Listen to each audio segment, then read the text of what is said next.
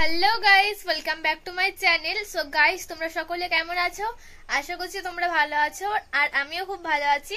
তো আজকে আবার একটা নতুন ব্লগ নিয়ে চলে এলাম তোমাদের জন্য। তো আজকের ব্লগটা শুরু করছি, এখন বাজে 9:19। তো সকাল মানে বেলা 9:19 থেকে শুরু করছি। আর সকালবেলা অনেক সেই 7টার সময় ঘুম থেকে আমি উঠেছি। ঘুম থেকে উঠে একটুখানি চা খেলাম, নিয়ে তারপর আমি স্নান করে নিয়েছি। নিয়ে স্নান করে গোপালকে ঘুম থেকে উঠিয়েও দিয়েছি। আর মা এবার স্নান করে এলো, এবার মা পুজো দেবে, তাই তো? না, পুজো দেওয়া হয়ে গেছে। তুই তো দিলি, এবার তুমি দেবে তো? আমি ভোগ রান্না করি তারপরে দেবো। মা এখন ভোগ রান্না করবে, নিয়ে তারপরে পুজো দেবে। আর এখন আমি একটুখানি কিছু খেয়ে নিয়ে যাব একটুখানি বেঙ্গলে, মানে এটা একটা জায়গার নাম। মিষ্টি আনতে যাব, আমি মিষ্টি আর ফুল আনতে যাব। তো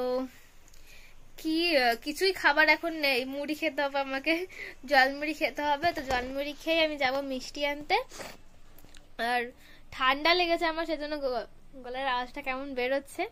তো যাই হোক, চলো তোমরা ভিডিওটা স্কিপ না করে দেখতে থাকো, আবার পরে কথা হচ্ছে তোমাদের সঙ্গে। তো ভোগ রান্না করবে বলে মা এখানে শাক ধুয়ে নিয়ে এসছে। এটা কি শাক? লোটে শাক। লোটে শাক ধুয়ে নিয়ে এসছে। এখানে হাড়ি ফাড়ি সব বার করেছে। এখানে গোপাল ঠাকুর রয়েছে। ওগুলো সব নিরামিষ বাসন, সব বের করে জল সব মাজা ছিল, জল দিয়ে ধুয়ে নিয়ে এসছি সব ধুয়ে নিয়ে এসছে মা। চলো তাহলে পরে কথা হচ্ছে। তো তোমাদেরকে বলছিলাম যে আমি যাব মিষ্টি আনতে আর ফুল আনতে, তো নিয়ে চলে এসেছি, তোমাদেরকে আমি দেখাচ্ছি। এই যে মিষ্টি না, সন্দেশ এনেছি, মাখা সন্দেশ এনেছি। আর এনেছি যে দই, আর এনেছি যে বাটার, একটা ছোট বাটার এনেছি। আর এগুলো তো আনাই ছিল, খেজুর সব। আর মা এখানে রান্না করছে খিচুড়ি। খিচুড়ি রান্না করছে মা, পায়েসও রান্না করেছে। পায়েসটা দেখাও। এই যে এখানে রয়েছে পায়েস। আর এখানে সব গুছিয়ে রেখেছি, খিচুড়িটা হলেই ভাজা, সব ভাজা রয়েছে এখানে। তো এই যে এবার গোপুসোনাকে স্নান করানো হবে, সেই জন্য মা এখানে কি বলে এটাকে, চন্দ্রমিত্র, পঞ্চমিত্র না কিছু একটা বলে, যাই হোক আমি ভুলে গেছি। তো ওইটা বানিয়ে নিচ্ছে মা। একটু মধু দিয়ে নিল, প্রথমে দুধ নিয়েছে, নিয়ে তারপর মধু দিয়ে নিল, তারপর একটুখানি ঘি দিয়ে দিচ্ছে। এটাকে মিক্স করে নিয়ে তারপর গোপালকে চান করানো হবে এটা দিয়ে। আর আমার একটু ঠান্ডা লেগেছে, আমি তো ভিডিওটা এডিট করছি পরের দিন, আমার ঠান্ডা লেগেছে, তাই গলার আওয়াজটা একটু খারাপ টাইপের আসছে, তো তার জন্য কিছু মনে করো না। আর এই যে এখানে গোপুসোনা চান করছে এবার।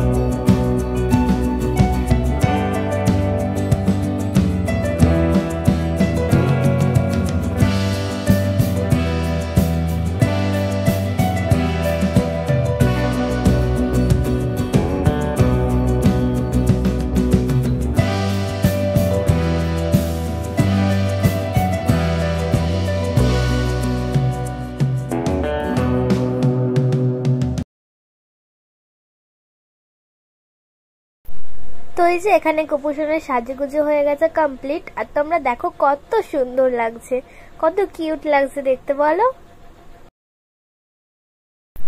তো এই যে ভোগ রান্না হয়ে গেছে কমপ্লিট, এবার মা খেতেও দিয়ে দিয়েছে। এখানে দেখতে পাচ্ছ যে কত কিছু দেয়া হয়েছে, খিচুড়ি, শাক, তারপরে কুমড়ো ফুল ভাজা, পটল ভাজা, নাড়ু, অনেক কিছু, বাটার, সন্দেশ, দই, অনেক কিছু দেয়া হয়েছে।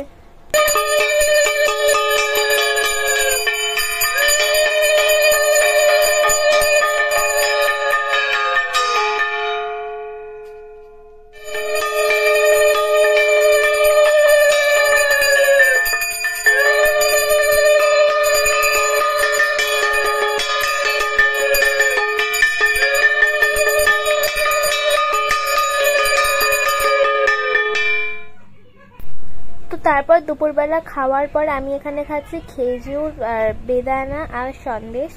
তো আমার এই তিনটেই ভালো লাগে খেতে। তো পরের দিন সকালবেলা আবার কথা বলতে চলে এলাম তোমাদের সঙ্গে। কালকে রাতে আর কথা বলা হয়নি তোমাদের সঙ্গে, কারণ নেই কোনো, আমি কথা বলিনি। মানে তোমাদেরকে বলেছিলাম যে শরীরটা একটু খারাপ বলতে ঠান্ডা লেগেছে অনেক, সেটার জন্য কাশি হচ্ছে, সেটার জন্য ভালো লাগছিল না আর কি, সেই জন্য কথা বলিনি। আর আবার পরের দিন সকালবেলা সেই জন্য কথা বলতে এলাম। এখন বাজে 8:55। তো আমি স্নান করে নিয়েছি সকালবেলা, ঘুম থেকে উঠেই ব্রাশ করে খেয়ে স্নান করে নিয়েছি, নিয়ে তারপর গোপালকে ঘুম থেকে তুললাম, নিয়ে মা এখন কাজ বাজ করছে, মা কাজ করে নিয়ে তারপর পুজো দেবে। তো আর জন্মাষ্টমীতে দিদির আসার আমাদের বাড়িতে প্রচুর ইচ্ছে ছিল, মানে অনেক ইচ্ছে ছিল, কিন্তু আসতে পারলো না বলতে কি, আমরা তো ঠিকই করিনি যে আমরা নতুন অতিথিকে আমাদের বাড়িতে নিয়ে আসবো। তো আমরা আগে থেকে ঠিক করেছিলাম না যে গোপাল আমাদের বাড়িতে নিয়ে আসবো। হঠাৎ করে আমাদের ঠিক হলো আর হঠাৎ করে আমরা চলে গেলাম। মানে যেদিন যাবো, মানে যেদিন গেছিলাম সেদিনকেই দুপুরবেলা খেতে খেতে ঠিক হলো যে গোপাল নিয়ে আসবো। আর আমি বলেছি বলে কিন্তু এনেছে, তাই আমাকেই দেখভাল করতে হবে। হ্যাঁ, মা দেখভাল করবে না তা কিন্তু নয়, মা তো মাই হয়, মা তো করবেই, তার সঙ্গে আমিও করব। তো আমার কথাতেই কিন্তু গোপাল ঠাকুরকে আনা হয়েছে। আমি অনেকদিন ধরেই বলেছিলাম, বাট মা বলছিল যে আনবে, কিন্তু কবে আনবে সেটা ঠিক হয়েছিল না। যদি আগে থেকে ঠিক করে রাখতাম যে এবারে জন্মাষ্টমীতে আনা হবে, তাহলে দিদি আসতে পারতো। তো আমরা সেদিনকেই ঠিক করে নিলাম, সেজন্য দিদি আর আসতে পারলো না। তো সেজন্য দিদির মন খারাপ হয়ে গেছিল অনেক। তো আর কি করা যাবে, ও এখন তো গোপুসোনা সারা জীবনই থাকবে আমাদের কাছে। তো দিদি যখন পরে আসবে তখন দেখে নেবে। চলো তাহলে আমি আর বকবক করছি না, আমি এখন ব্লগটা এখানে শেষ করে দিচ্ছি। আবার একটা নতুন ব্লগের সঙ্গে দেখা হবে। চলো, ভিডিওটা ভালো লাগলে একটা লাইক করে দিও, আর কেমন লাগলো ভিডিওটা কমেন্টে জানাতে ভুলো না। আর আমার চ্যানেলটা সাবস্ক্রাইব না করা থাকলে সাবস্ক্রাইব করে দিও। চলো, আবার একটা নতুন ভিডিওর সঙ্গে দেখা হবে। আজকের জন্য টাটা, বাই বাই।